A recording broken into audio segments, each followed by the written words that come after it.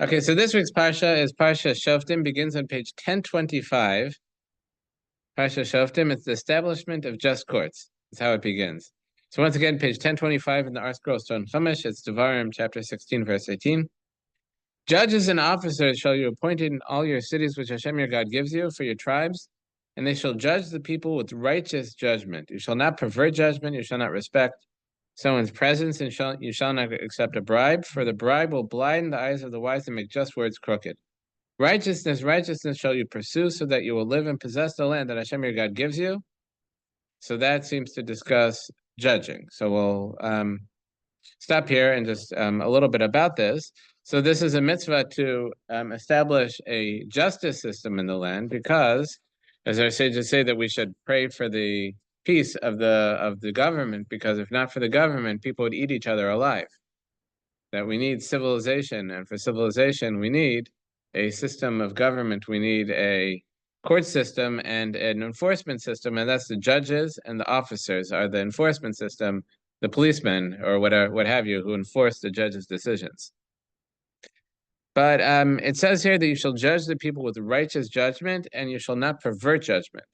Meaning, and that means that you can't give respect to one person while not giving respect to the other person, the other litigant, because even if you feel you're doing a good job judging them, but just that could throw someone off, could cause them to stumble with their claims if they see that the judge is favoring one party over the other. So it has to be very clear we're not favoring.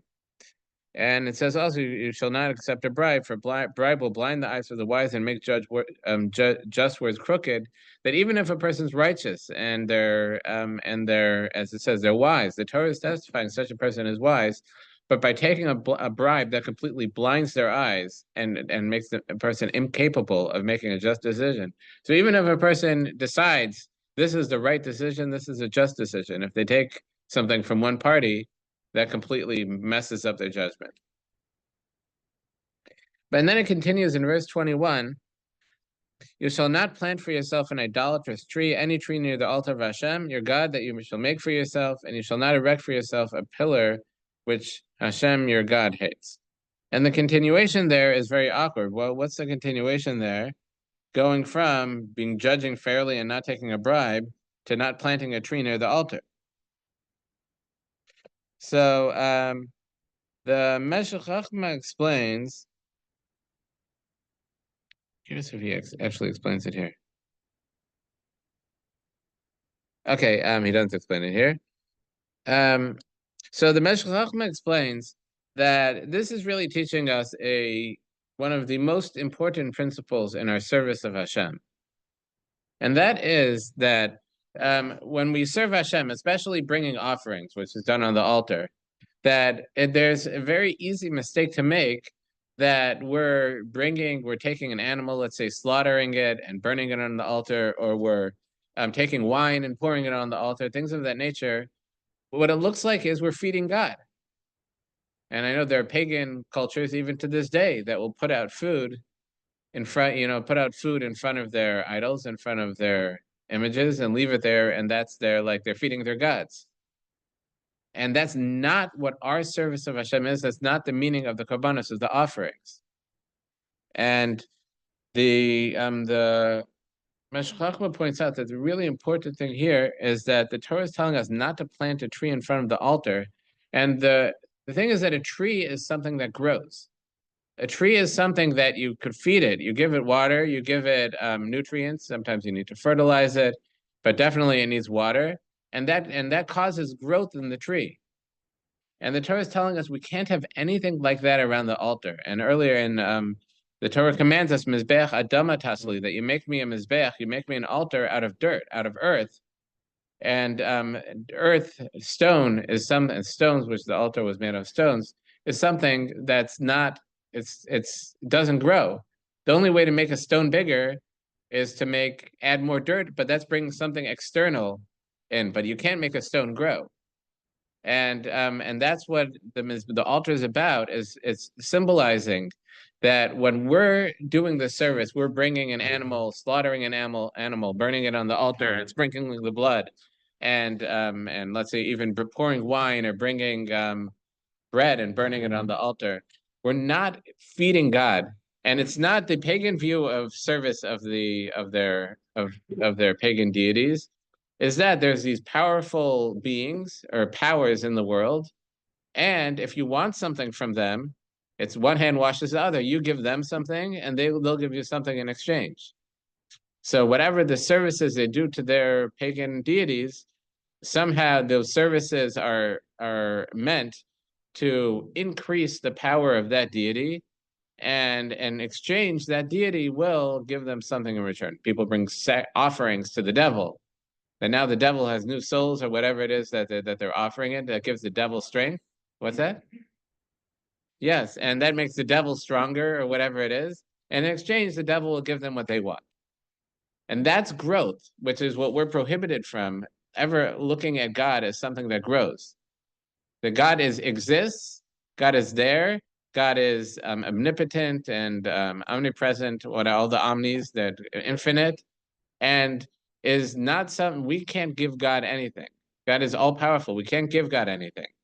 And the only thing we do when we bring offerings, it's something that's beyond our understanding, but on a basic understanding is that we're giving something that belongs to us and recognizing that what we should really be giving is giving of ourselves.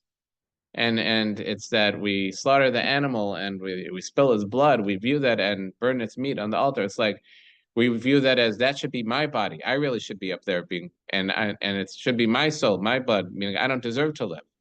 And therefore we look and say that I want to dedicate my body, myself, to God, to the service of God. And that's what bringing an offering is about, is dedicating ourselves to Hashem. And so it's about ourselves. It's not about giving God something. And right, and that's why there can't be a tree, something that grows next to the altar. The altar is made out of inanimate object, not something that grows. To say that we're not creating any growth with our service. And for that reason, that's the connection between these judges and officers and the planting an idolatrous tree or any tree near the altar of Hashem. And that is that our sages say that any judge who judges a perfect justice, real true justice, is made, they're like a partner of Hashem in creating the world.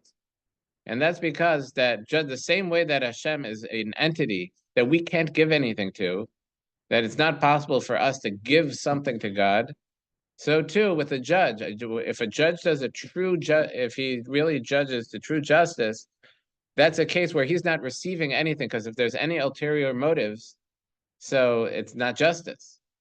The judge has any ulterior motives, there's no justice in his decision. So also with so the same way that an altar can't be near a tree to tell us that we can't give anything to Hashem. So when a judge that makes a real decision in justice, he's not receiving anything as well. Okay, so now I'm a little bit about the rest of the parsha. There's when we bring an offering, what we bring has to be perfect. There can't be physical imperfections in the animal. And someone who worships idols and is warned when there's witnesses is put to death. And then the Torah gives a brief description, the rules of capital punishment on page 1027, verse 6. It states, by the testimony of 2 witnesses or 3 witnesses shall the condemned person be put to death. He shall not be put to death by the testimony of a single witness. That a single witness is never believed in the case of capital punishment and most other laws as well. And it says 2 witnesses or 3 to equate them, that there's no advantage of 2 over 3. And even if there's a contradiction between 2 witnesses and 3 witnesses, they're considered equal, they're given equal weight. Okay, and then it continues in verse 7, the hand of the witnesses shall be upon him first to put him to death, and the hand of the entire people afterward, and you shall destroy the evil from your midst. That a witness, someone who's testifying in a capital case, to condemn a person to be put to death. So it's not something that it's not just words that they express and then they leave. That the witnesses are actually involved in the execution, so they understand the severity and the seriousness of what they're doing, that in a sense that they have to put their money where their mouth is, that they actually carry out the punishment. Okay? Then in verse 8 on page 1027, if a matter of judgment is hidden from you between blood and blood, between verdict and verdict, between plague and plague, matters of dispute in your cities, you shall rise up and ascend to the place that Hashem your God shall choose. You shall come to the Kohanim, the Levites, to the judge will be in those days. You shall inquire, and they will tell you the word of judgment. You shall do according to the word that they will tell you from that place that Hashem will choose. You shall be careful to do according to everything that they will teach you. That there's a mitzvah to have a Sanhedrin, the high court, sitting in the place that Hashem chooses, in the place of the temple. And we have to follow when there's a dispute. You go to the high court and you follow what their words. And in verse 11, according to the teaching that they will teach you, according to the judgment they will say to you, shall do, shall not deviate from the word they will tell you left or right or left. And on page 1029, and the man that will act with willfulness, not listening to the Kohen who stands there to serve Hashem your God or to the judge, that man shall die, and he shall destroy the evil from among Israel. The entire nation shall listen and fear, and they shall not act willfully anymore. And our sages explain this, that this capital punishment for not listening to our sages is specifically in the case of, it's called a rebellious elder. And that's a case where there's a great rabbi, a judge, someone that people go to decide disputes in Jewish law, that in the case where there's a dispute amongst these judges in how to decide, and they go to the high court, and the high court renders a decision, and this judge disagrees with that decision and doesn't follow the decision and instead follows his own. So in that case, there's a great danger that you could have competing movements, really. You have the high court who decides one way, and this great rabbi who decides a different way. And he has followers, and they have followers, and you have a schism in Judaism and how to act. And now we don't have this. We don't have a high court, and we don't have a Sanhedrin in the to be the ultimate decision-making body, but we are supposed to. That's how things should be. And because of that, as a consequence, we have disputes that we don't have resolutions to. And we do have people following this and people following this, and we don't have no way to resolve that. And we have halacha has ways to, in case of doubt, we do this in this case, and this in this case, we have the precedent of halacha, the decisions by our halachic authorities, but we don't have that final authority of this is what the high court says, this is what we have to do.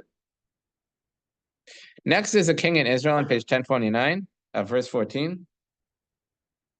When you come to the land that Hashem your God gives you and possess it and settle in it, you will say, I will set a king over myself like all the nations that are around me. You shall surely set over yourself a king whom Hashem your God shall choose from among your brethren. Shall you set a king over yourself? You cannot place over yourself a foreign man who is not your brother. We can't have appoint a non-Jew to rule over us. Only he shall have not have too many horses. Okay, then it gives specific rules about the king. But all the commentaries ask that when this actually came to be practically, we were in the land that Hashem our God gave us, and we're in the land that Hashem our God gave us. 1 second. Okay, so all the commentaries ask, page 1029 in Parshas Shoftim, verse 14. So the commentaries ask that when it came to this practically, so in the book of Shmuel, the people came to the great prophet Shmuel Hanavi, Samuel the prophet, asking for a king. Kind of seems to be describing exactly what this says. And the Torah and the book of Shmuel, it says that he was angry at the people and said, why are you rebelling against me and against God? And Hashem said, they're not just rebelling against you, they're rebelling against me. So it seems that they're following exactly what the Torah says. So what was the problem there? So the Klei Yakar answers that there's a key word here, and that is in verse 14, it says, I'll set a king over myself. In Hebrew, that is Asima, I'll lie on me, over me, a king. And then it says, in verse 15, you shall surely set a king, set over yourself a king. The Hebrew again, Sam Tosim Alecha, over you, on you. Meaning that the king is supposed to rule over the people. It's not supposed to be a democracy where the people control the king. And the king is beholden to do what's popular by the people. It's supposed to be they appoint the right king, and the king is the one in charge. And But when they asked for a king in the book of Shmuel, they didn't say, let us place a king over us, aleinu. They said, let's place a king for us. Tnu lanu melech, give us a king for us, meaning that they wanted a king who would be someone that they could control, that they would be, in a sense, like an equal or maybe even under them, that would be working for them, not that the king would be in charge, really in charge. And that was their sin. And he goes through the whole conversation in the book of Shmuel. You could see how he understands it step by step. But okay, but it continues with specific rules about the king in verse 16 on page 1029. Only he shall not have too many horses for himself, so that he will not return the people to Egypt in order to increase horses. For Hashem has said to you, you shall no longer return on this road again. He shall not have too many wives, so that his heart no longer return, so not turn astray. And once again, according to Torah law, polygamy is permitted, but a king can't have too many wives. And I say to say they understand from what was said to David, it's 18. 18 is the maximum. That's too many. That more than that is too many. And we find that Shlomo actually had more than that, and he got in trouble because of that. And then right. And he shall not increase silver and gold for himself. He can't have too much money. It shall be that when he sits on the throne of his kingdom, he shall write for himself 2 copies of his Torah in a book from before the Kohanim, the Levites, who shall be with him, and he shall read from it in all the days of his life, so he will learn to fear Hashem his God, to observe the words of this Torah and these decrees, to perform them. So he has to have 2 Torahs, one that he keeps in his, the storage place to study from, right, and one that he keeps on himself, next to himself at all times, so he could constantly be studying the Torah. And it continues that, so we'll learn to fear Hashem as God, to observe all the words of the Torah, to these decrees, to perform that, so his heart does not become haughty over his brethren, and not turn from the commandments right or left, so prolonged years over his kingdom, he and his sons among Israel. And the implication is, if he turns aside from the Torah, then he will not have long years, and his sons will also not follow him. Okay, then there's the various priestly gifts, the obligations to give various things to the Kohanim and Leviim, especially the Kohanim, that there's a mitzvah to give the Kohanim where they have a portion of the offerings. Where are we? So in verse 3, on page 1031, verse 3, this shall be the due of the Kohanim from the people, from those who perform a slaughter, whether of an ox or flock. You shall give the Kohen a foreleg, the jaw, and the maw. Maw, in this case, is one of the stomachs. So maw apparently means like a container, like something you put something in. And it's the keva, which is only of land animals, the only kosher animals are ruminant animals. Those are animals that chew their cud. That means they chew, and they have multiple stomachs. That like the food goes into one stomach, then they regurgitate it, chew it some more, it goes into another stomach. So the keva is one of the stomachs. I believe that's actually the stomach, if I remember correctly, that the babies use to digest milk. And okay. And that's actually how they make cheese. That's where rennet comes from that stomach. Okay, I could be wrong, but I'm pretty sure. Okay, and this isn't of an offering. This is any animal that they would slaughter. They would give the foreleg, the maw, the paw, the jaw, exactly. Okay, and then in verse 6, when the Levite will come from one of your cities, from all of Israel, he sojourns, and he comes in with the desire of his soul to the place that Hashem will choose. Oh, I'm sorry, I missed some. In verse 4, the first of your grain, wine, and oil, the first of the sharings of your flock you shall give him. For him Hashem has chosen from among your tribes. Then minister in the name of Hashem, him and his sons all these days. That's referring to the truma, that about 1/60th, 1/50th would be given to the Kohen.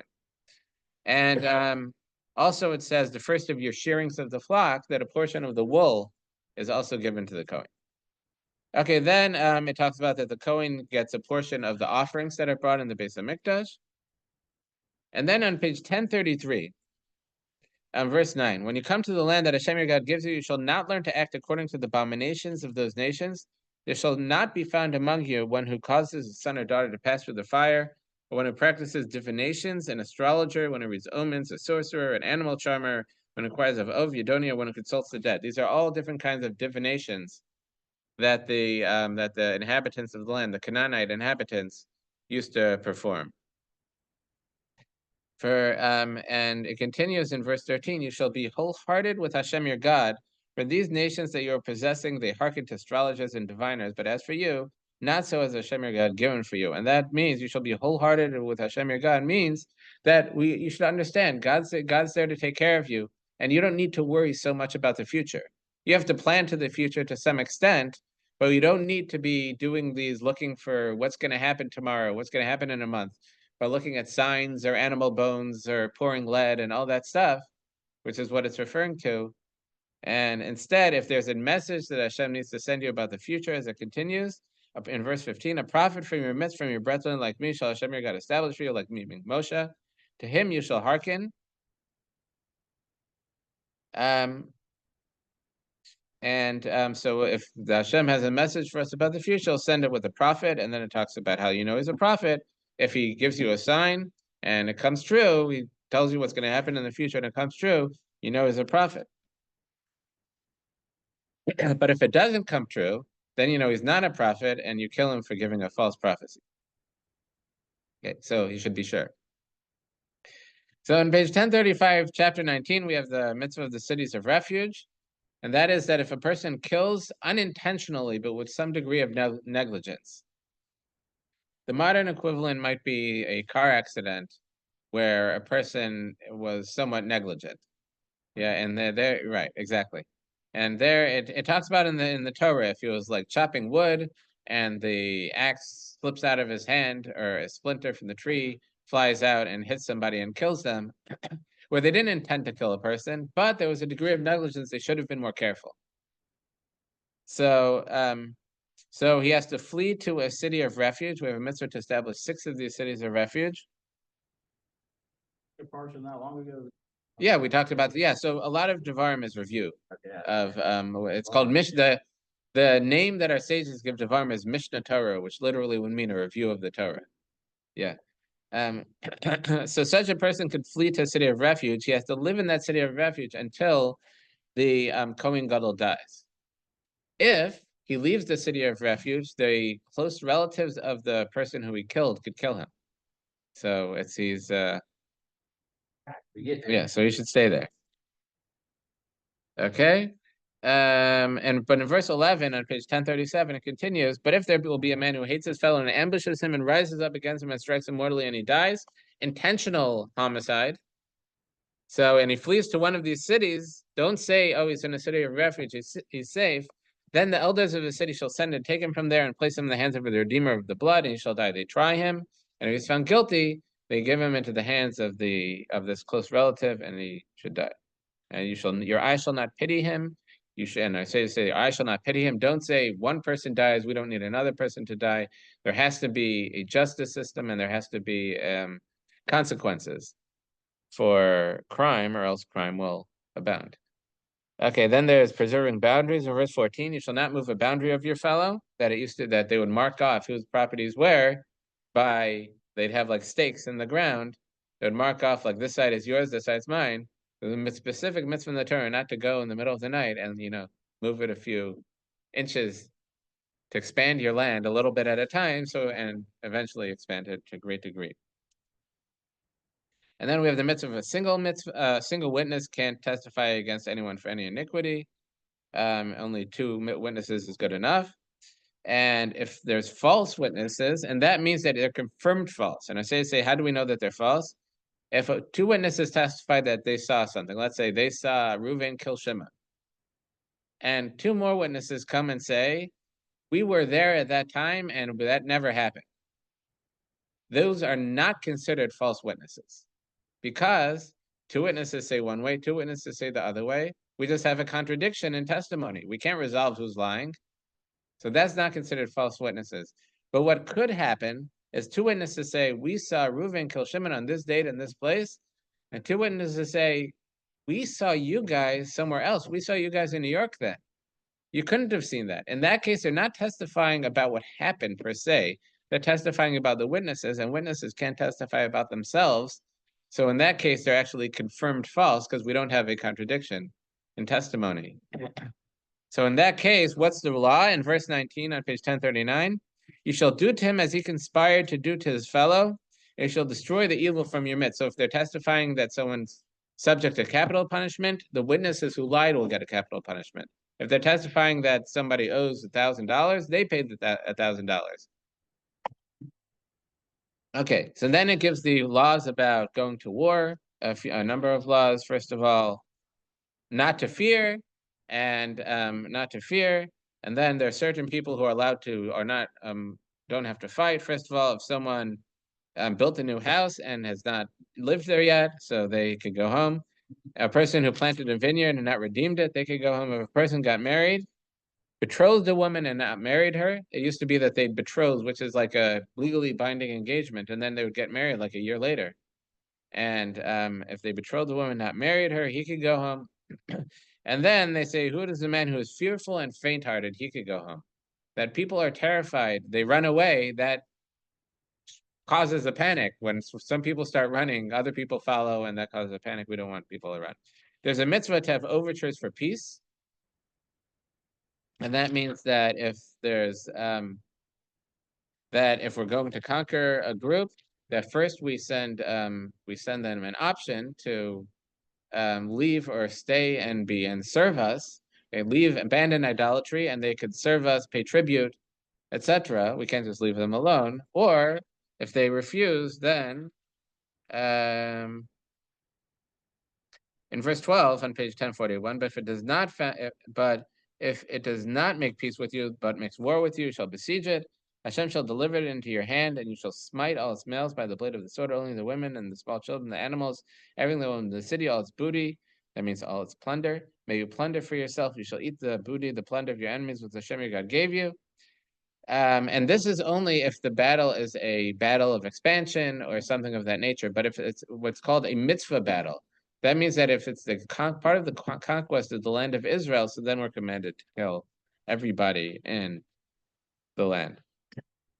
In verse 19 on page 1043, when you besiege a city for many days to wage war against it, to seize it, do not destroy its trees by swinging an axe against them, for from it you will eat, and you not cut it down.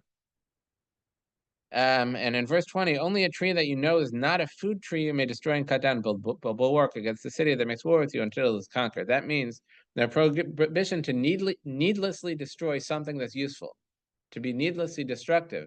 And we're prohibited from just cutting down a fruit tree because a fruit tree is something that gives us fruit, and that's just needlessly destroying something useful. And this it's said in a siege of a city, but this is true in all cases. And our sages say that in halacha it's brought down that if there's cutting down a fruit tree is very halachically problematic. And in cases where like someone wants to expand their house, they should talk to a halachic authority about how to do it. Yes? About like Yeah. Know that what you're going to do is going to set an olive grove on. Right. So if it's in the city, I think that's different. It's talking about in the surrounding area around the city that like don't cut down a fruit tree to build a siege engine. Right. Right. But if it's like part of the attack and it's unavoidable for part of the attack, that's one thing. Right. We're saying where it's outside where there's like an orchard outside the city, don't destroy that. It's useful. Right. Okay. And then the Parsha ends with an unsolved murder if they found a body between two cities. And so the elders go and the elders from the city bring a heifer down to the harsh valley, which cannot be worked, not be sown. They break the back of his neck with an axe, and the elders of the city, which is closest to the corpse, wash their hands over the heifer that was axed, and they say, our hands have not spilled of this blood. And that's the procedure. Our sages say that there's meaning to this that's beyond us.